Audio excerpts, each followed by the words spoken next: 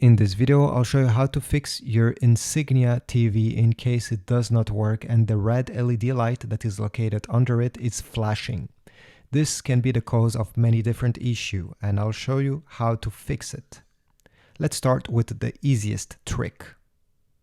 Start by unplugging the TV from the wall socket or from the power strip and let the cord sit. Then you're going to locate the button that is under the TV. Usually it's under the red LED. Mine is over here in the middle. Maybe yours is on the left side or on the right side. You see, if I zoom here, you can see there's definitely a button right there. And I want you to press that button during 1 minute. Although the TV is not plugged, this will drain the remaining power from it. So keep this button pressed during a full minute. Then go ahead and release it. Now before plugging back the TV, I suggest you wait 5 minutes. Do not touch anything, just let it sit. After that, after 5 minutes, you can plug it back. But I suggest you do not use a power strip like this one, or maybe yours has a surge protector. Try plugging the TV directly into the wall socket instead. Sometimes those power strips can be the issue. So this is why we're doing this. We just eliminate one of the possible cause of your red light flashing.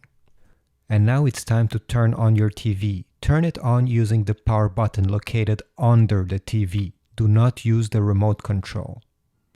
Hopefully this will solve your issue and you'll be good to go. If this didn't work and your TV still has that red LED flashing and nothing is happening, well, unplug the TV from the wall socket again. On the back of the TV, unplug every single HDMI devices and cable that are connected.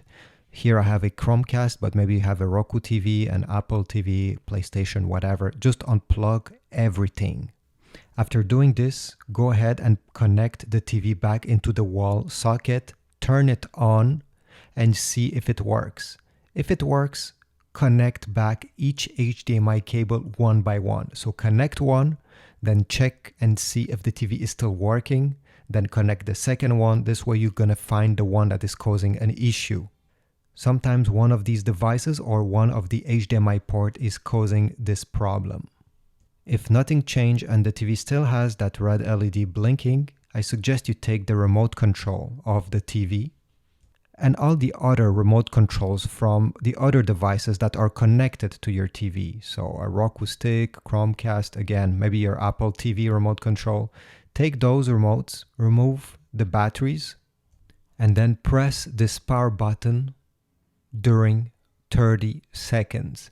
Again, this is just so we drain all the remaining energy from the remote control. After 30 seconds, remove your finger, and I suggest you press very hard on each button because sometimes one of these buttons has some residue, some dust, some dirt that is trapped under it, and if one of these buttons is not making contact properly, it can affect the whole remote control. So go ahead, press very hard just to try to dislodge whatever was stuck.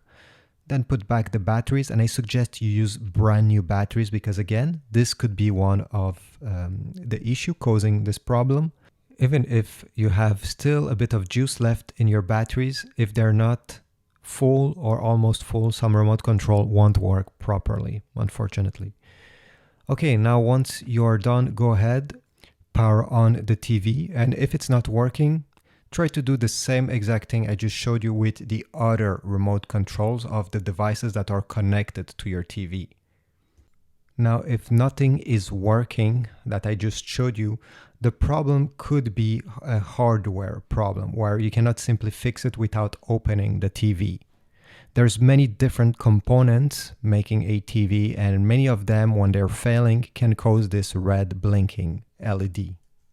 It could be the main board that you need to replace, and in this case you can go on eBay, there's a bunch of them, and hopefully it does not cost too much because most of the time it will be just cheaper to trash the TV and buy a new one, unfortunately. It can also be the power board that has failed. In this case it's a bit cheaper than the main board if you're trying to search for a used one. But since we're not sure what is causing the problem, it's a trial and error, and you can end up spending money on something that you don't necessarily need. So I highly suggest you find a technician or somebody who knows how to fix these stuff if you intend to invest some money into repairs.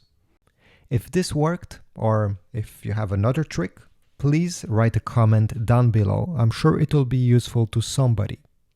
If not, well, simply leave a like, subscribe, and I'll see you in the next video.